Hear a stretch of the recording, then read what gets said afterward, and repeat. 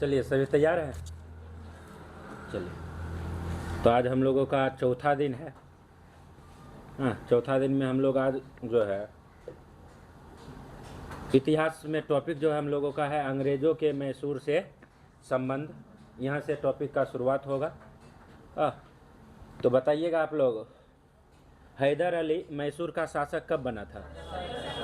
1761 में। कब बना था? 1761 में बना था। हैदर अली की मृत्यु कब हुई थी?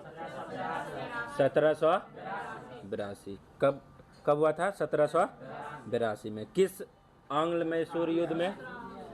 किस में? द्वितीय आंग्ल मैसूर युद्ध के दौरान। हैदर अली के उत्तराधिकारी के रूप में कौन आया था?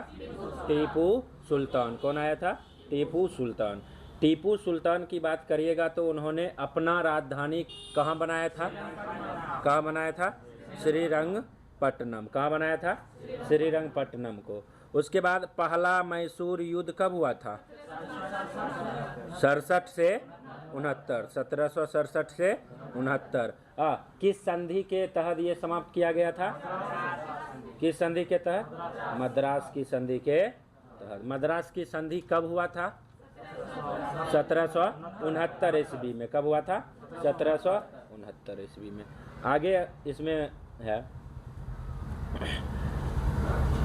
कहाँ पर टीपू सुल्तान ने स्वतंत्रता का वृक्ष लगाया था? कहाँ पर? श्रीरंगपट्टनम में। और किस क्लब का सदस्य वह बने थे? किस क्लब का? जैकोबिन क्लब का। प्रथम आंग्ल मैसूर युद्ध 69 से 69। द्वितीय आंग्ल मैसूर युद्ध 1780 से 1784 के बीच। इस समय गवर्नर जनरल कौन थे? Warren Hasting. कौन थे? Warren Hasting. कौन थे? वारेन हेस्टिंग थे। तृतीय आंग्ल मैसूर युद्ध कब हुआ था? 1790 से 1792 के बीच। इस समय गवर्नर जनरल कौन थे?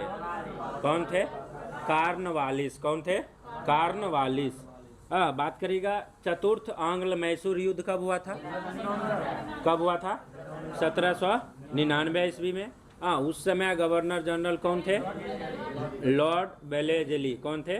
Lord Wellesley. इस युद्ध में जो आंग्ल मैसूर युद्ध हुआ था, मैसूर के खिलाफ कौन लड़ाई लड़ा था?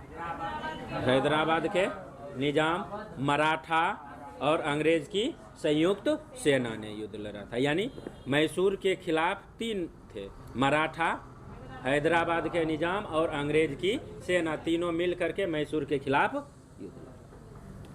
टीपू सुल्तान की मृत्यु कब हुई थी? किस आंग्ल मैसूर युद्ध में? चतुर्थ यानी अंतिम आंग्ल मैसूर युद्ध में। शेर ए मैसूर के नाम से किसे जाना जाता है? टीपू सुल्तान। किसे जाना? टीपू सुल्तान।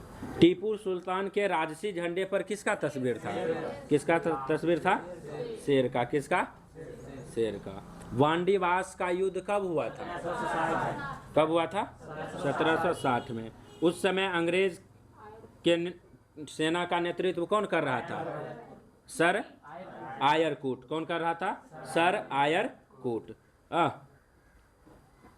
किसके नेतृत्व वाली फ्रांसीसी सेना को इसने पराजित किया था? लाली के नेतृत्व वाली सेना को। प्रथम आंग्ल मैसूर युद्ध किस संधि के द्वारा समाप्त की गई? मद्रास की संधि के द्वारा। कब? 1769 में। द्वितीय आंग्ल मैसूर युद्ध किस संधि के द्वारा? मंगलोर की संधि के द्वारा। तृतीय आंग्ल मैसूर युद्ध कब समाप्त हुआ? 1792। किस संधि के द्वारा? श्रीरंगपट्टनम। अब है सिख एवं अंग्रेज। सिख संप्रदाय के संस्थापक किसे माना जाता है? गुरु नानक को प्रथम गुरु भी कहा जाता है। गुरु नानक के अनुयायी ही क्या कहलाए? सिख कहलाए। क्या कहलाए? सिख कहलाए। गुरु नानक किसके समकालीन थे? बाबर और हुमायूं के। किसके? बाबर और हुमायूं के। गुरु नानक का जन्म कब हुआ था? 1469 में। कब हुआ था? 1469 में। हाँ, इनके जन्म दिवस पर कौन सा त्योहार मनाया जाता है? गुरु पर्व। कौन सा पर्व? गुरु पर्व। आध्यात्मिक पुनर्जीवन का अभ्यास कब हुआ, आभास कब हुआ गुरु नानक जी को? 1496। वह दिन कौन सा दिन था? कार्तिक का पूर्णिमा था। हाँ। गुरु नानक ने किस निशुल्क सहभागी भोजनालय का स्थापना किया था? हाँ? गुरु का लंगर।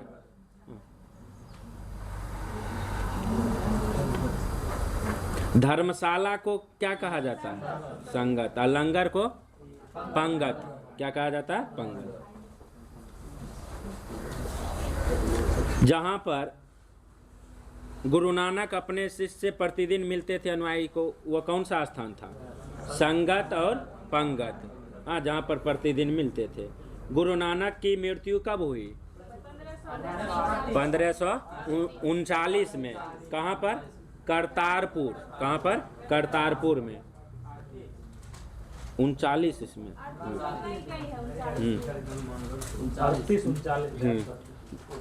दूसरे गुरु कौन थे? कौन? गुरु अंगद थे। कौन थे? गुरु अंगद का प्रारंभिक नाम क्या था? कौन? क्या था? लहना। लंगर व्यवस्था को अस्थायी रूप देने का श्रेय किसे कहा जाता है? गुरु अंगद को। गुरुमुखी लिपि का आरंभ किसने किया? किसने किया? गुरु अंगद ने। किसने? गुरु अंगद। सिख के तीसरे गुरु कौन थे? गुरु अमरदास। कौन थे? गुरु अमरदास। कब से कब तक रहे थे ये? 1552 से 1574 ईस्वी तक। किसने हिंदुओं से अलग होने वाले कई कार्य किए थे? गुरु अमरदास ने। किसने? अमरदास ने। हिंदुओं से अलग विवाह पद्धति किसका प्रचलन किया था? किसका? लवन का। किसका? लवन का। अकबर ने गुरु अमरदास से कहाँ जाकर भेंट किया? गोविंदवाल। कहाँ जाकर? गोविंदवाल। और उस गुरु पुत्री का नाम क्या था? बीबी भानी। कितना जमीन दान में दिया गया था इनको? बीबी भानी की पति का नाम रामदास। और रामदास सिख संप्रदाय के कितने गुरु बने? चौथे बने। कितने बने? चौथे बने। अमरदास ने कितनी गद्दी की स्थापना किया था? 22 गद्दी की। कितनी गद्दी की? 22 गद्दी की। और प्रत्येक गद्दी पर एक नियुक्त किया? महंत को। किसको? महंत को। 500 बीघा जो भूमि मिला था उसको रामदास ने कौन सा जलाशय और कौन सा शहर स्थापित किया? अमृतसर जलाशय और अमृतसर नगर की स्थापना की। गुरु रामदास के तीसरे पुत्र कौन थे? अर्जुन देव। और अगला गुरु कौन बन गए? और यहीं से किस प्रथा की शुरुआत हो गई? पैतृक। गुरु पद को क्या बना दिया गया? पैतृक बना दिया गया। गुरु अर्जुन देव कब से कब तक गुरु रहे गुरु के पद पर? 1581 से 1606 ईस्वी तक। आदि ग्रंथ की रचना किसने किया? गुरु अर्जुन देव। आदि ग्रंथ में यानी गुरु ग्रंथ साहिब को ही किस नाम से जाना जाता है? आदि ग्रंथ के नाम से। इसमें गुरु नानक के अलावा और किनकी रचनाओं को शामिल किया गया था? कबीर, नामदेव और रैदास की रचनाओं को शामिल किया गया था। गुरु अर्जुन देव ने अमृतसर जलाशय के बीच में किसका निर्माण करवाया? हरमंदर साहब का। किसको आश्रय दिया था इन्होंने? जहांगीर के पुत्र राजकुमार खुसरो को, जिसके कारण जहांगीर ने कब इसको मरवा दिया? 1606 ईस्वी में। अर्थात गुरु अर्जुन देव की मृत्यु कब हो गई? 1606 में। सिख के छठे गुरु कौन बने? कौन बने? हरगोविंद सिंह। कब से कब तक रहे? 1606 से 1645 ईस्वी तक। सैन्य संगठन का रूप किसने दिया सिख गुरु हरगोविंद ने। अकाल तख्त या ईश्वर के सिंहासन का निर्माण किसने करवाया? गुरु हरगोविंद सिंह ने। सिख के 7वें गुरु कौन हुए? हर राय। कब से कब तक? 1645 से 61। दो तलवार बांधकर गद्दी पर कौन बैठते थे? हरगोविंद सिंह। कौन बैठते थे? हरगोविंद सिंह। अमृतसर की किलेबंदी भी किसने करवाया था? गुरु हरगोविंद सिंह ने। किसने? हरगोविंद सिंह ने।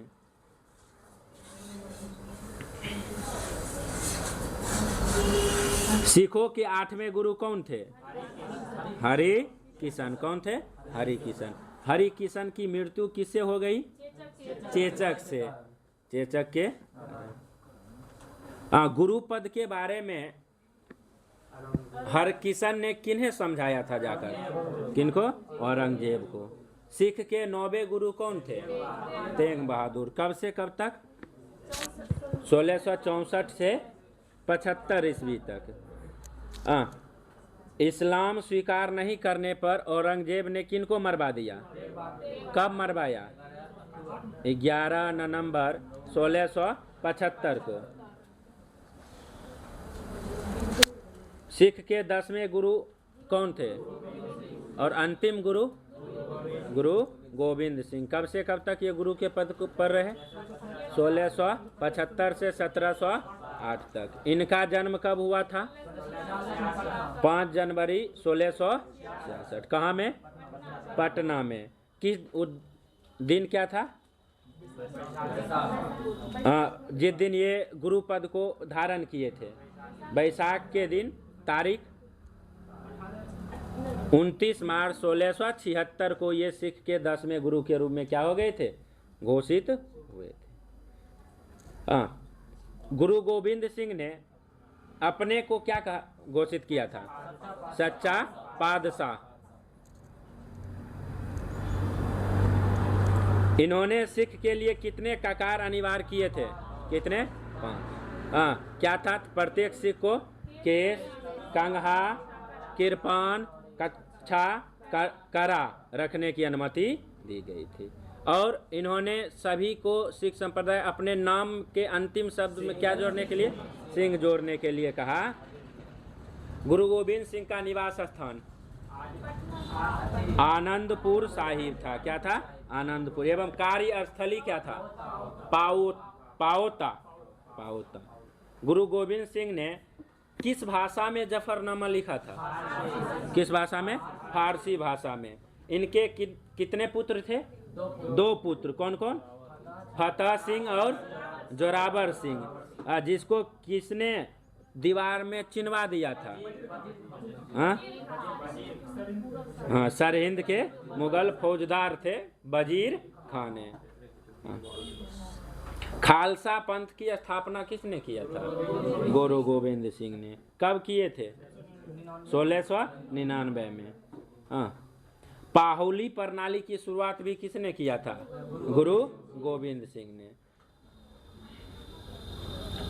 आदि ग्रंथ को आधुनिक रूप देने का काम किसने किया? गुरु गोविंद सिंह ने। किसने? गुरु गोविंद सिंह। गुरु गोविंद सिंह की हत्या कब कर दी गई? 1708 में। 18 अक्टूबर 1708 को। कहाँ पर? नादेड़ नामक स्थान पर। किसके द्वारा? गुलखा नामक पठान के द्वारा। बंदा बहादुर का जन्म कब हुआ था? 1670। कब? कहाँ पर? पुंछ जिले के राजौरी गांव में। बचपन का नाम क्या था इनका? लक्ष्मण दास। इनके पिता का नाम क्या था? क्या नाम था? रामदेव भारद्वाज। जो कि क्या थे? राजपूत थे। बंदा का उद्देश्य पंजाब में क्या स्थापित करना था? सिख राज स्थापित करना। इन्होंने अपनी राजधानी कहाँ बनाया था? लोहगढ़। कहाँ बनाया था? लोहगढ़। किसके नाम से इन्होंने सिक्का चलवाया? गुरु नानक और गुरु गोविंद सिंह के नाम से। किनके आदेश पर 1716 ईस्वी में बंदा सिंह की हत्या कर दी गई? फारूक शेर के आदेश पर। किस स्थान पर? नागल नामक स्थान पर। नागल। किन्हें कतलीगढ़ के नाम, गढ़ी के नाम से भी जाना जाता है? शहादरा। किन्हें? शहादरा। जहां पर बंदा ने किनके हजारों सैनिक को मौत का घाट उतार दिया था? मुगल के। चलिए, तो इतिहास हो गया।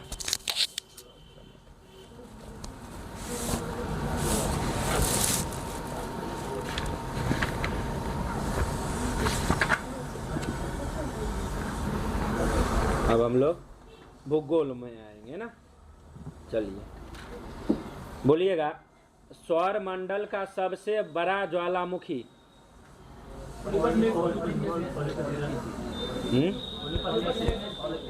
ओलिपस मेसी ज्वालामुखी बोल रहे हैं। और सौर मंडल का सबसे ऊंचा पर्वत? निक्स ओलंपिया, जो माउंट एवरेस्ट से कितना गुना बड़ा? कितना गुना? 3 गुना ऊंचा है। बताइएगा। आकार के हिसाब से दूसरा सबसे बड़ा ग्रह कौन है? शनि है। कौन है? शनि। किस गैस की प्रधानता है इसके? हाइड्रोजन एवं हीलियम। हाइड्रोजन एवं हीलियम। इसकी मुख्य विशेषता में क्या आता है? वलय जैसी संरचना। कितने वलय? 7 वलय है। यह आकाश में किस रंग के तारे के समान दिखाई देते हैं? पीले रंग के तारे के समान दिखाई देते हैं। शनि ग्रह का घनत्व कितना है?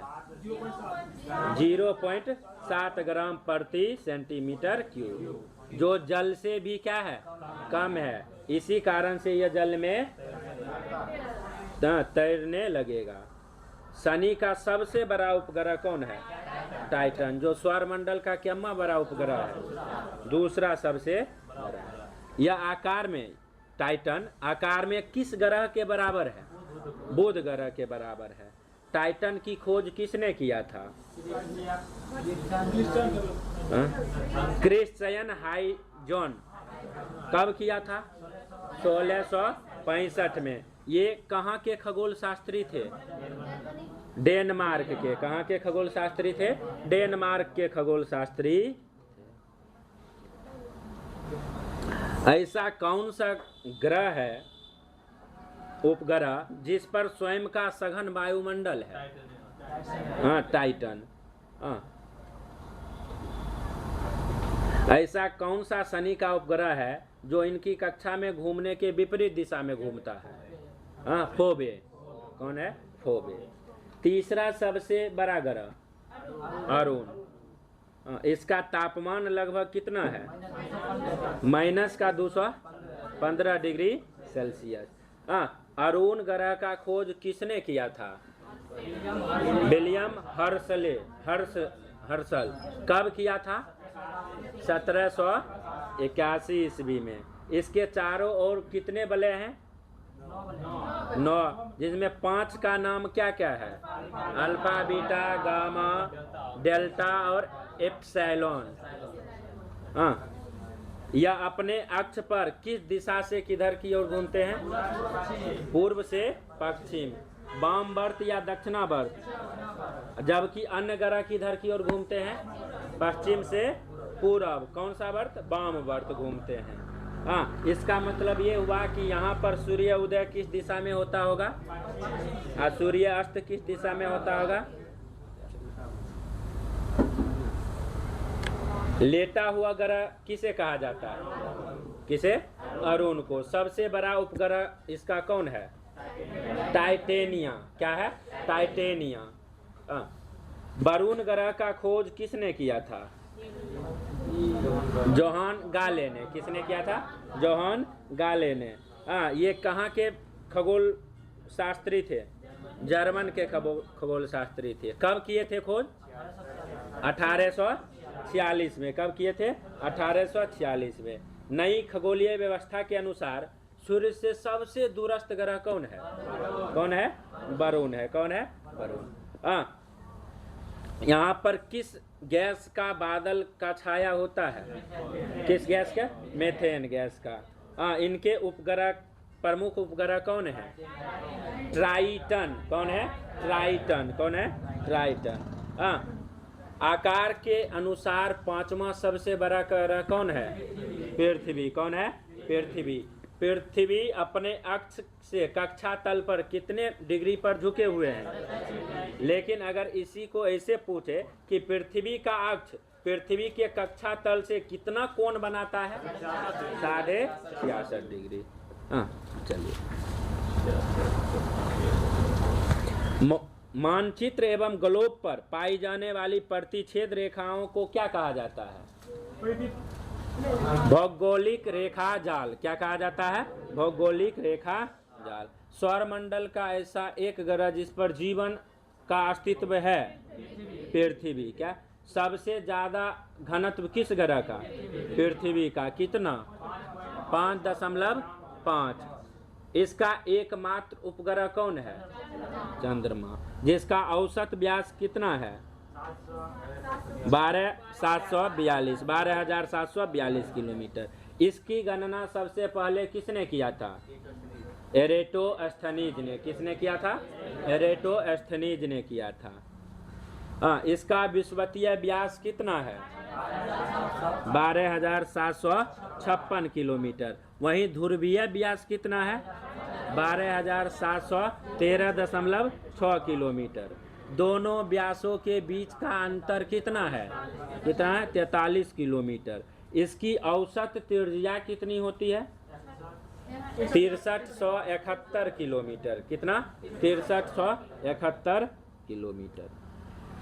पृथ्वी की औसत आयु लगभग कितने वर्ष है? 4.6 अरब वर्ष। और इस पर जीवन लगभग कितना वर्ष पहले प्रारंभ हो चुका है? 3,80,00,000 वर्ष पहले। सूर्य से पृथ्वी की दूरी कितनी मिलियन किलोमीटर है? 149.6 मिलियन किलोमीटर। यह अपने अक्ष पर पश्चिम से पूरब की दिशा में कितने किलोमीटर प्रति घंटा की चाल से चलता है? 1610 किलोमीटर प्रति घंटा। एक चक्कर पूरा करने में कितना समय लगाता है? 23 घंटा 56 मिनट 4 सेकेंड। पृथ्वी की इस गति को जो अपने अक्ष पर घूमती है कौन सा गति कहा जाता है? घूर्णन या दैनिक गति। क्या कहा जाता है? घूर्णन या दैनिक गति कहा जाता है। इसी गति के कारण क्या होता है? दिन एवं रात होता है। पृथ्वी को सूर्य की एक परिक्रमा पूरा करने में कितने दिन का समय लगता है? 365 दिन 5 घंटा 48 मिनट 46, लगभग 365 दिन 6 घंटा। ये जो इतना दिन में सूर्य का चक्कर लगाता है, एक चक्कर, इसको कौन सा गति कहा जाता है? इसको कहा जाता है परिक्रमण। परिक्रमण गति। चलिए, उसके बाद सूर्य की परिक्रमा करने में लगे समय को क्या कहा जाता है? सौर वर्ष। क्या कहा जाता है? सौर वर्ष। प्रत्येक सौर वर्ष कैलेंडर से लगभग कितना घंटा आगे बढ़ जाता है? 6 घंटा। जिसके कारण हर कितने वर्ष पर एक दिन बढ़ा दिया जाता है? 4 वर्ष पर, जिसको किस नाम से जाना जाता है? लीप वर्ष के नाम से जाना जाता है। तो लीप वर्ष में कितना दिन? 366 दिन। इसी के कारण फरवरी माह में 28 के स्थान पर 29 दिन होता है। ऋतु परिवर्तन किस गति के कारण? परिक्रमण गति के। परिक्रमण गति को ही और किस नाम से जाना जाता है? वार्षिक गति। किस गति के नाम से? वार्षिक गति। आकार एवं बनावट की दृष्टि से पृथ्वी किस ग्रह के समान है? शुक्र को। अपार जल की उपस्थिति के कारण पृथ्वी को कौन सा ग्रह कहा जाता है? नीला। कितने प्रतिशत भाग पर पानी है? 71% भाग पर। कितने प्रतिशत भाग पर स्थल है? 29% भाग पर। सूर्य के बाद पृथ्वी के सबसे निकट का तारा प्रोक्सिमा सेंचुरी कौन है? जो किस समूह के का एक तारा है? प्रोक्सिमा सेंचुरी किस समूह का एक तारा है? अल्फा सेंचुरी समूह का एक तारा है। जो पृथ्वी से कितने प्रकाश वर्ष की दूरी पर है? 4.22 प्रकाश वर्ष की दूरी पर। सूर्य का भी निकटतम तारा किसे कहा जाता है? Proxima Centauri. किस खगोल वैज्ञानिक के बैठक में प्लूटो को ग्रह की श्रेणी से हटा दिया गया? प्राग। कब?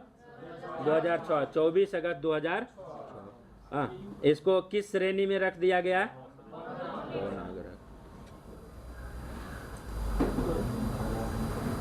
साइरस या डॉग स्टार पृथ्वी से कितने प्रकाश वर्ष की दूरी पर? 9 प्रकाश वर्ष की दूरी पर। द्रव्यमान सूर्य के द्रव्यमान से कितना ज़्यादा है इसका? 2 गुना। साइरस या डॉग स्टार का सूर्य के द्रव्यमान से 2 गुना है। रात्रि में दिखाई पड़ने वाला सबसे अधिक चमकीला तारा साइरस होता है। ज्योग्राफी भी खत्म नहीं हुआ, आज का कार्रवाई खत्म हुआ।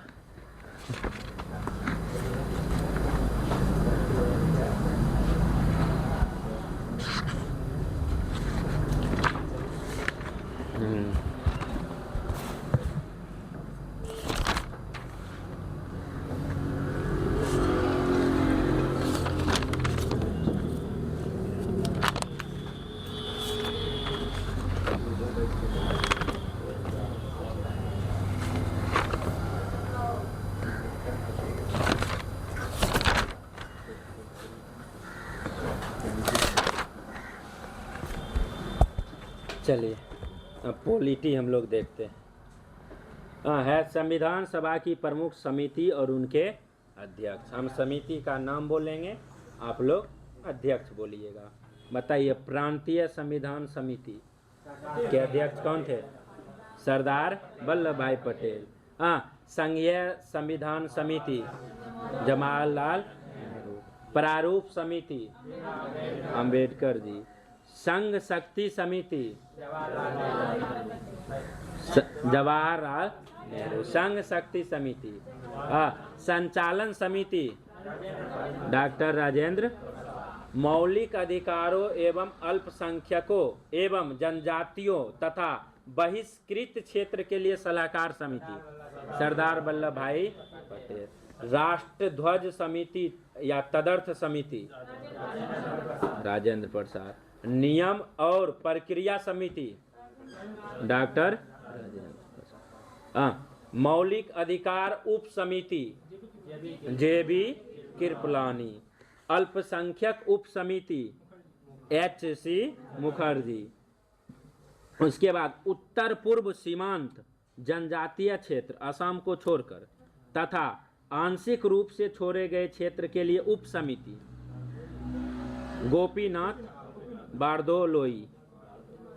छोड़े गए एवं आंशिक रूप से छोड़े गए क्षेत्र के लिए उप समिति AB ठक्कर। उत्तर पश्चिमी फ्रंटियर जनजाति क्षेत्र उप समिति पाकिस्तान में शामिल हो जाने के कारण इसको नहीं बुलाया गया। अंबेडकर जी पहली बार संविधान सभा को संबोधित कब किए थे? 17 दिसंबर 1946 ईस्वी को। इसी में उद्दीन भाषण को समाप्त करते हुए क्या कहे थे इन्होंने? शक्ति देना आसान है पर बुद्धि देना कठिन है। संविधान सभा में ब्रिटिश प्रांत के कितने सदस्य का विभाजन सांप्रदायिक आधार पर किया गया था? 296 सदस्यों का। अब है संविधान सभा में समुदाय आधारित प्रतिनिधि हम समुदाय का नाम बोलेंगे, आप लोग उसकी संख्या बोलिएगा। हिंदू सदस्यों की संख्या 163, मुस्लिम सदस्यों की संख्या 80, अनुसूचित जाति की 31, भारतीय ईसाई की 6, अनुसूचित जनजाति की 6, सिख का 4, एंग्लो इंडियन का 3, पारसी का 3, पारसी का भी 3, कुल 296। संविधान सभा में महिलाओं की सदस्य की संख्या कितनी थी? कितनी थी? 15 महिला का नाम बोल रहे हैं, उसका आप लोग निर्वाचन क्षेत्र बोलिएगा कि हाँ, लीला रे पश्चिम बंगाल, रेणुका रे सरोजनी नायडू बिहार, राजकुमारी अमृत कौर मध्य प्रांत और बरार, सुचेता कृपलानी संयुक्त प्रांत, विजया लक्ष्मी पंडित संयुक्त प्रांत, बेगम एजाज रसूल संयुक्त प्रांत, ये मुस्लिम थी, एक ही मुस्लिम सदस्य। ऐसा भी पूछ सकता है कि संविधान सभा में एकमात्र मुस्लिम सदस्य महिला में बेगम एजाज रसूल। चलिए आगे बढ़ते हैं। राजेंद्र प्रसाद को संविधान सभा का स्थायी अध्यक्ष कब निर्वाचित किया गया? 11 दिसंबर 1946 को। इसी में 2 उपाध्यक्ष बनाने का संकल्प लिया गया। कौन कौन थे? एस.सी. मुखर्जी, बी.टी. कृष्णाचारी। हाँ, एस.सी. मुखर्जी को कब चुना गया था? 25 जनवरी 1947। बी.टी. कृष्णाचारी को 16 जुलाई 1947। संविधान सभा की कार्रवाई को जवाहरलाल नेहरू द्वारा पेश कब किया गया था? 13 दिसंबर 1946 को। किस प्रस्ताव के बाद ये प्रारंभ हुए थे? उद्देश्य प्रस्ताव। उद्देश्य प्रस्ताव को स्वीकृत कब किया गया था? 22 जनवरी 1947 को।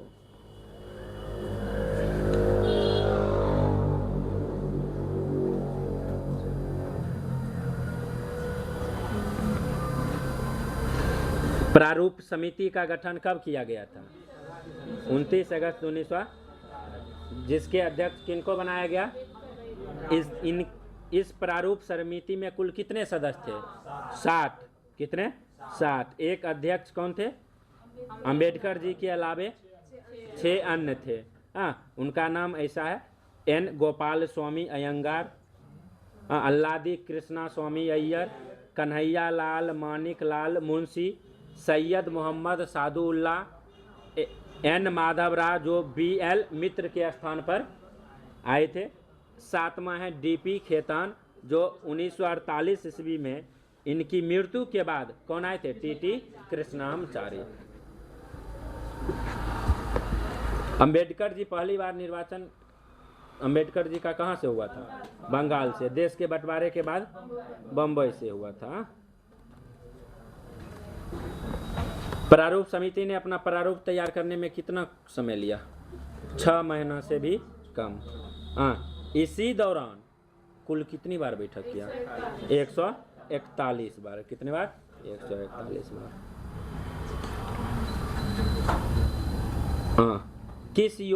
इसी योजना के अनुसार देश का बंटवारा हो जाने पर कब भारतीय संविधान सभा की कुल सदस्य की संख्या 334 नियत की गई? 324 नियत की गई 3 जून 1947 ईस्वी को। जिसमें स्थान प्रांत के लिए कितने स्थान फिक्स किए गए? प्रांत के लिए कितने स्थान? 235। देशी राज्यों के लिए 89। अब है कैबिनेट मिशन 1945 ईस्वी के प्रस्ताव पर गठित अंतरिम मंत्रिमंडल। तो बताइएगा, कार्यकाली परिषद के उपाध्यक्ष और विदेशी मामले तथा राष्ट्रमंडल का विभाग किनके हाथों में था? किनके हाथों में? जवाहरलाल नेहरू। अंतरिम मंत्रिमंडल उसके बाद रेलवे विभाग कौन थे मंत्री?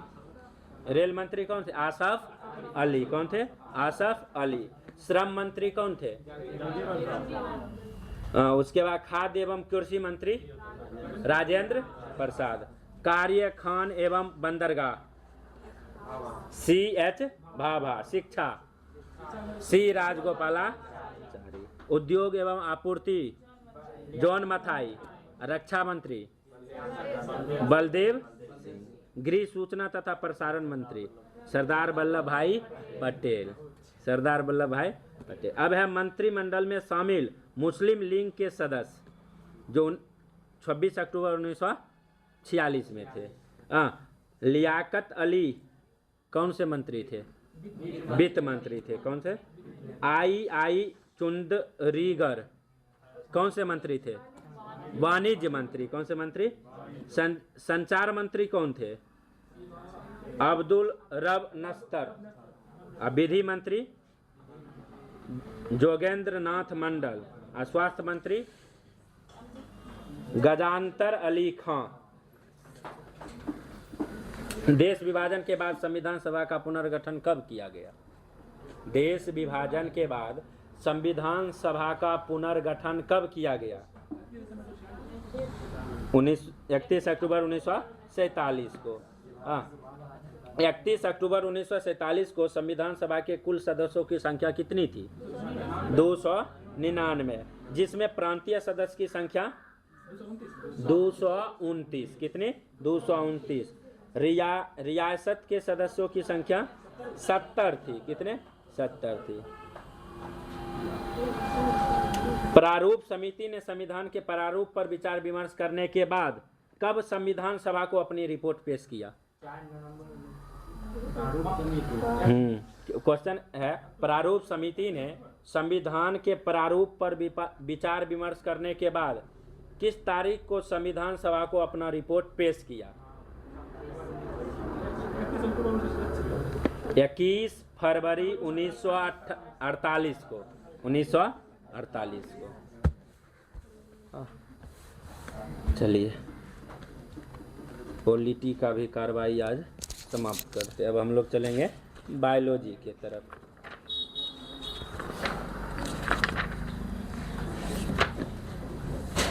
चलिए, बायोलॉजी में कुछ पीछे वाला भी था जो कल नहीं पूछे थे, वो भी पूछ लेते हैं, क्योंकि पिछला लूसेंट से उसमें पढ़ा था।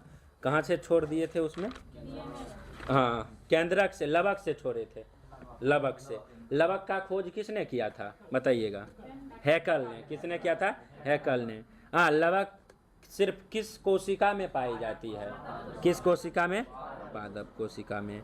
क्या जीवाणु में लवक होते हैं? हाँ? जीवाणु, नीलहरित शैवाल और कवक में लवक। लवक कितने प्रकार के होते हैं? कौन कौन? और हरित लवक। हरित लवक का रंग कैसा होता है? हरा होता है। हरित लवक की बात करिएगा तो इस पर क्या पाए जाते हैं?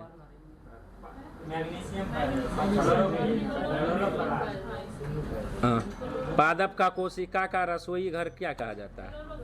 हरित लवक को। इंग्लिश में क्लोरोप्लास्ट। ऑबर्नी लवक का रंग कैसा होता है? रंगहीन होता है। क्या होता है? रंगहीन होता है।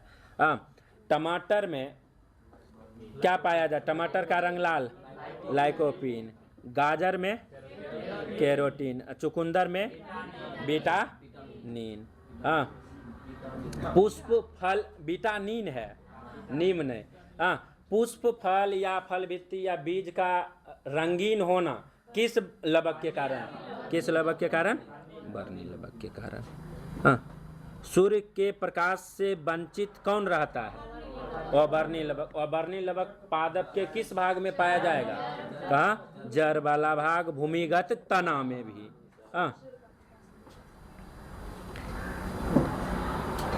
वनस्पति को पराबैंगनी किरणों से बचाने वाला लवक कौन है?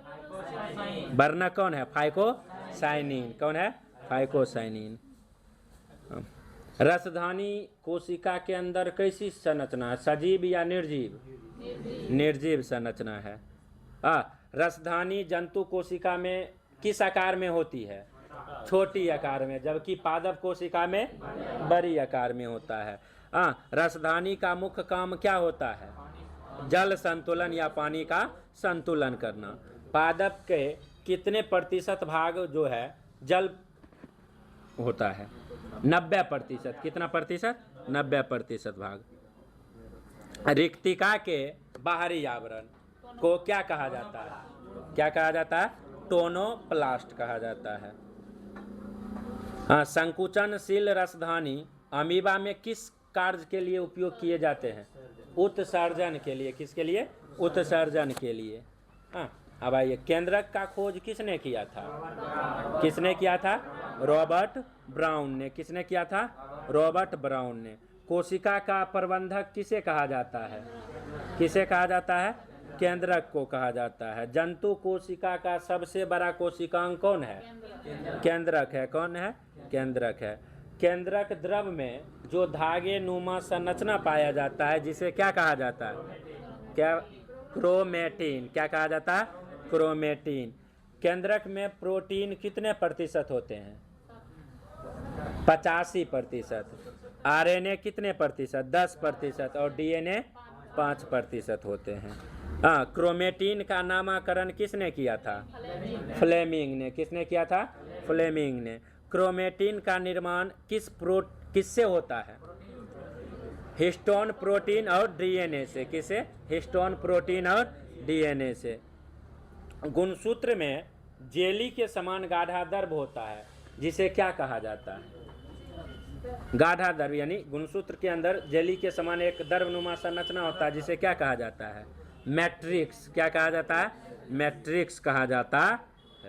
गुणसूत्र में कितने क्रोमोटिड होते हैं? या गुणसूत्र कितने क्रोमोटिड से बने होते हैं? 2। कितने? 2 होते हैं। 2 क्रोमेटिड से बने होते हैं। 2 क्रोमेटिड्स एक निश्चित स्थान पर जाकर जुड़ जाते हैं एक दूसरे को। उस स्थान को क्या कहा जाता है? सेंट्रोमेयर। क्या कहा जाता है? सेंट्रोमेयर कहा जाता है। अगर पूछेगा वंशागति का वाहक कौन होता है? गुणसूत्र। क्या होता है? गुणसूत्र। केंद्रक झिल्ली किससे बनी होती है? किससे बनी होती है? लाइकोप्रोटीन से। किसे? लाइकोप्रोटीन से।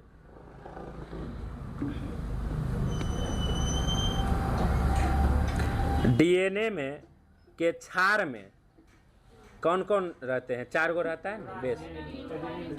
एडेनिन, गुआनिन, थायमिन और साइटोसिन। साइटोसिन, साइटोकाइनिन नहीं। अब ध्यान रखिएगा, एडेनिन किसके साथ जुड़े होते हैं? थायमिन के साथ। और गुआनिन साइटोनिन के साथ। डीएनए कैसी संरचना है? द्विकुंडली। इसका खोज किसने किया था?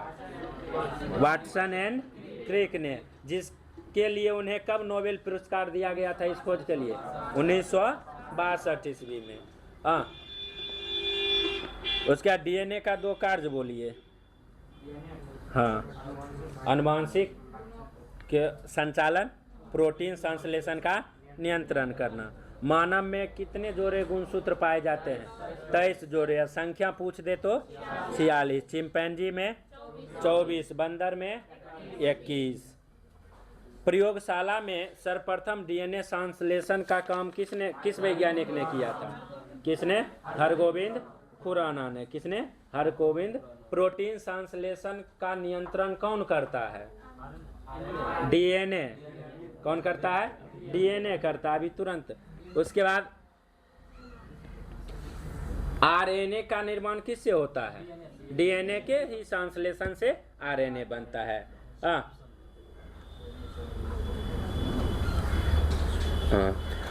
आरएनए में नाइट्रोजन बेस थायमीन के जगह पर क्या पाया जाता है? यूरेसिल पाया जाता है। आरएनए कितने प्रकार के होते हैं? 3 प्रकार के ना। कौन कौन? केंद्रक के बाहर से अमीनो अम्ल को चुनने में मदद कौन सा आरएनए करेगा? एमआरएनए। कौन करेगा? एमआरएनए। Messenger RNA. प्रोटीन संश्लेषण में सहायक कौन होता है? आरएनए। पूछेगा राइबोसोम के साथ कौन सा आरएनए रहता है? आरएनए, क्योंकि नाम है राइबोसोमल आरएनए। टीआरएनए का काम क्या है? संश्लेषण में अमीनो अम्लों को लाना। संश्लेषण में अमीनो अम्लों को लाना। कहां पर लाता है अमीनो अम्ल को? राइबोसोम पर। कहां पर लाता है? राइबोसोम पर लाता है। बताइए डीएनए का फुल फॉर्म। अर्थात ऐसा पूछेगा यहाँ से कि डीएनए में कौन सी शर्करा पाई जाती है? डीऑक्सी राइबोज शर्करा। और आरएनए में राइबोज शर्करा। हाँ, अगर क्षार पूछेगा डीएनए में कौन से क्षार पाए जाते हैं? Adenine, guanine, thymine, cytosine. और वहीं बात करिएगा तो आरएनए में सिर्फ एडेनिन रहेगा, ग्वानिन रहेगा, साइटोसिन रहेगा, थाइमिन के जगह क्या चला आएगा? डीएनए कहाँ पाए जाते हैं? केंद्रक में, जबकि आरएनए केंद्रक और कोशिका धर्म में। हाँ, ऐसा भी क्वेश्चन आ सकता है कि डीएनए केंद्रक के अलावे और कहाँ होते हैं? लवक में और माइटोकॉन्ड्रिया में। उसके बाद पादप कोशिका और जंतु कोशिका में अंतर था पॉइंट, उसमें बताइएगा कोशिका भित्ति किस में पाया जाएगा? पादप में। किस में पाया जाएगा? पादप में। लवक किस में पाया जाएगा? पादप में। तारक का किस में पाया जाएगा? जंतु में। किस में? जंतु। रिक्तिका किस में बड़ी होती है, किस में छोटी होती है? पादप में बड़ी और जंतु में छोटी होती है। पादप कोशिका का आकार कैसा होता है? आयताकार, जबकि जंतु कोशिका का वृत्ताकार। कोशिका विभाजन को सबसे पहले किसने देखा था? बिरचो ने। कब? 1855 में। कोशिका विभाजन मुख्यतः कितने प्रकार के होते हैं? 3 प्रकार के। कितने प्रकार के? 3 प्रकार के। अब बताइएगा कि पहली बार जंतु कोशिका में पहली बार किसने समसूत्री विभाजन को माइटोसिस नाम दिया? समसूत्री विभाजन को सबसे पहले जंतु कोशिका में किसने माइटोसिस नाम दिया? हाँ, फ्लेमिंग ने। फ्लेमिंग ने कब? 1879 ईस्वी में। समसूत्री विभाजन किस कोशिका में होता है? कायिक कोशिका में। किस कोशिका में? कायिक कोशिका में। जबकि असूत्री विभाजन किस में होता है? अविकसित। अविकसित में कौन कौन? निर्हरी, शैवाल, जीवाणु, ईस्ट, अमीबा। हाँ। उसके अर्धसूत्री विभाजन जनन को। लेकिन खोज किसने किया? बताया खोज किया किसने? बिजमैन ने। मियोसिस नाम किसने दिया? फार्मर और मूरे ने। कब नाम दिया? 1905 में। विस्तृत वर्णन किसने किया अर्धसूत्री विभाजन का? स्ट्रासबर्गर ने। किसने? स्ट्रासबर्गर ने। और ये जनन कोशिका में होते हैं। समसूत्री विभाजन के कितने चरण हैं या कितने अवस्था? 5। कितने? 5। सबसे छोटी अवस्था एनाफेज। कितना समय के लिए? 2 से 3 मिनट के लिए। कितने? 2 से 3 मिनट के लिए। समसूत्री विभाजन में जनक कोशिका कितने संतति कोशिका में टूट जाते हैं? 2। अर्धसूत्री विभाजन के कितने चरण? 2 चरण। अर्धसूत्री फर्स्ट और अर्धसूत्री सेकेंड। अर्धसूत्री फर्स्ट जो है में क्या था? गुणसूत्र आधा होता है इसी में, जिसे किस विभाजन के नाम से भी जाना जाता है? न्यूनकारी विभाजन। यानी कम विभाजन होता है तो न्यूनकारी विभाजन। अर्धसूत्री फर्स्ट को कितने अवस्था में बांटा गया है? 4। अब इसका होगा 4 अवस्था में। Prophase 1, metaphase 1, anaphase 1, telophase 1। सबसे लंबी अवस्था प्रोफेज 1। इसे कौन सी अवस्था और कहते? एस अवस्था। इसकी अवस्था क्या है? एस अवस्था। गुणसूत्र की संख्या द्विगुणित किस अवस्था में होती है? लेपोटिन। हाँ। केंद्रिका बड़ी हो जाती है किस अवस्था में? जाइगोटीन में। हाँ। केंद्रक विभाजन न थी कोशिका। चलिए अब उसमें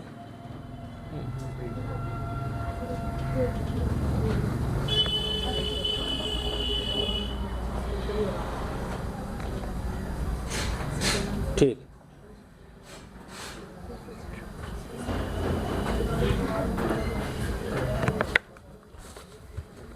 अब एक और विषय बचा हुआ है, विषय ही कहिए ना, करेंट अफेयर्स।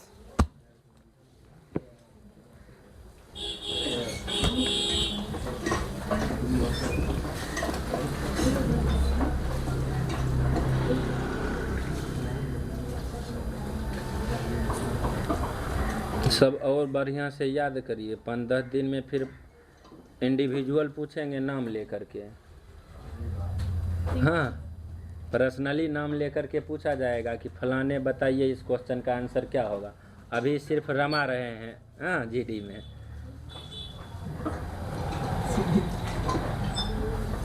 हाँ, ऐसे में क्या होगा पता चलेगा, आप लोग भी तब थोड़ा सा शर्म से भी हाँ पढ़ने का प्रयास करिएगा घर पर, नहीं तभी क्या है सब अपन सबके साथ अपना अपना ओंठ बिदबिदा रहे हैं। हाँ चलिए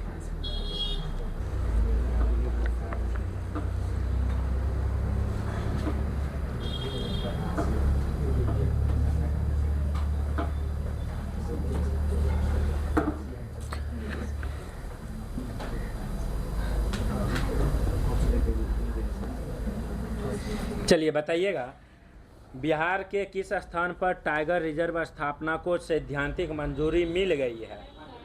कैमूर। कहाँ? कैमूर। ये क्या है? अभ्यारण्य टाइगर रिजर्व जिसका विस्तार किन किन जिला में है? कैमूर और रोहतास। क्षेत्रफल कितना है इसका?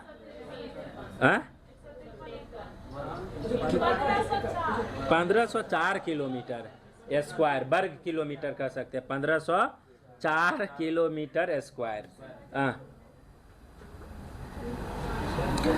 NTCA एक कैसा निकाय है? वैधानिक। कैसा निकाय है? वैधानिक। स्थापना 2005। अब अध्यक्ष वन एवं पर्यावरण मंत्री इनका अध्यक्ष होता है। प्रोजेक्ट टाइगर की शुरुआत कब हुई थी? 1973 ईस्वी में। कब हुई थी? 1973। वन जीव संरक्षण अधिनियम कब आया था? 1972 में आया था। टाइगर रिजर्व की वर्तमान में कितनी संख्या है? 58। कितनी है? 58। 56वां कौन है? कौन है? गुरु। कहाँ पर? छत्तीसगढ़ में। और उसके 57वां कौन है? राता पानी, मध्य प्रदेश में। और 58वां माधव टाइगर रिजर्व कहाँ पर? मध्य प्रदेश में है। टाइगर की गणना 2022 में कितने टाइगर? 82 ना। मुख्य रूप से इसमें कौन कौन से राज्य थे? इसमें मध्य प्रदेश, कर्नाटक और उत्तराखंड थे। चलिए आइए दूसरा क्वेश्चन है, संजय गांधी जैविक उद्यान देश का किस नंबर का सबसे बड़ा चिड़ियाघर बन गया है? 4था। उसके बाद तीसरा कौन है?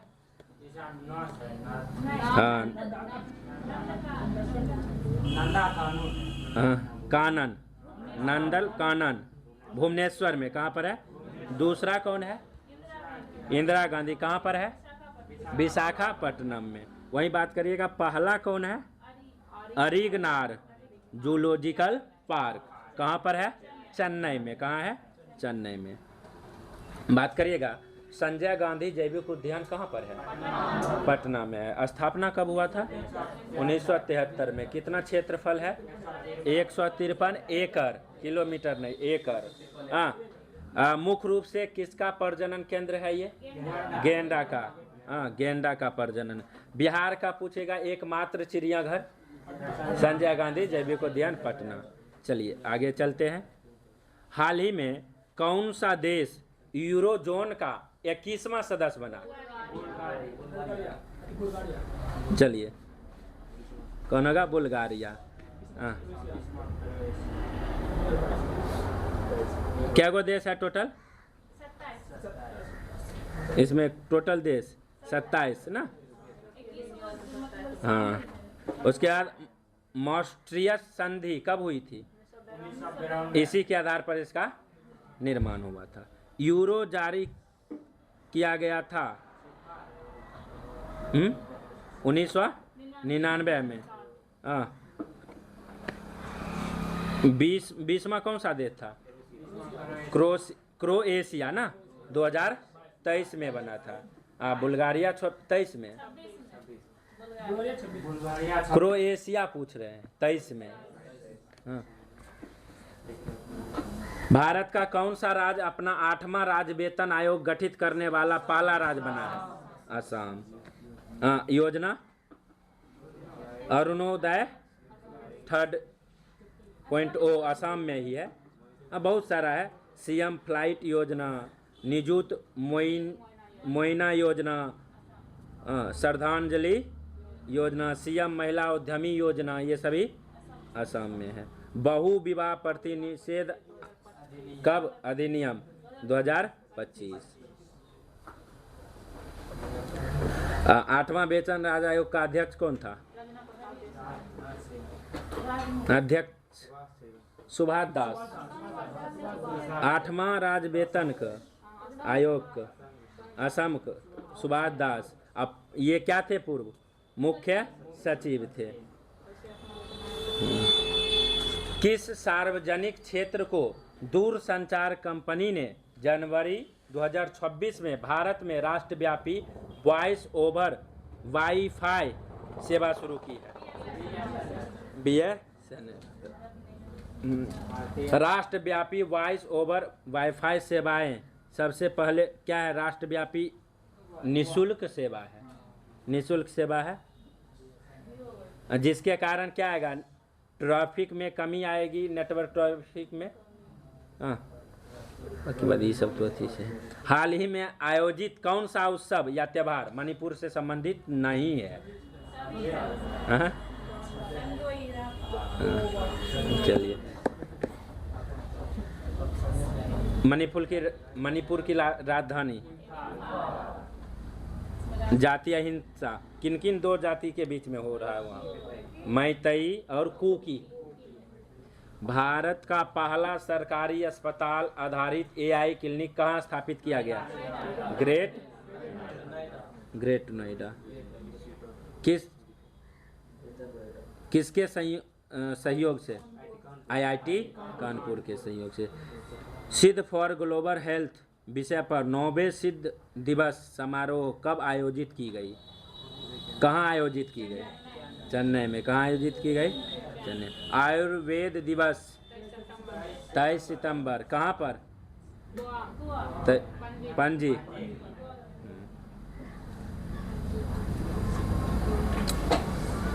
भारतीय तटरक्षक बल ने पहली स्वदेशी रूप से डिजाइन और निर्मित प्रदूषण नियंत्रण पोत डैश को अपने बेड़ा में शामिल किया है। समुद्र प्रताप को। निस्तार क्या है? स्वदेशी गोताखोर है। भार्गवस्त्र क्या है? एंटी ड्रोन प्रणाली। आकाश क्या है?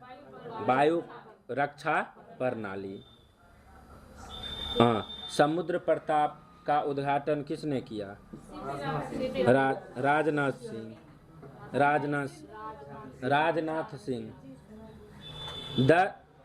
जनवरी 2026 में भारत ने किस देश को पीछे छोड़कर दुनिया का सबसे बड़ा चावल उत्पादक? चीन अब के नंबर पर? 5वां पर कौन है? वियतनाम। कौन है? बांग्लादेश के मां पर? 4था पर? इंडोनेशिया। ये घोषणा किसने किया था? यानी कृषि मंत्री शिवराज सिंह।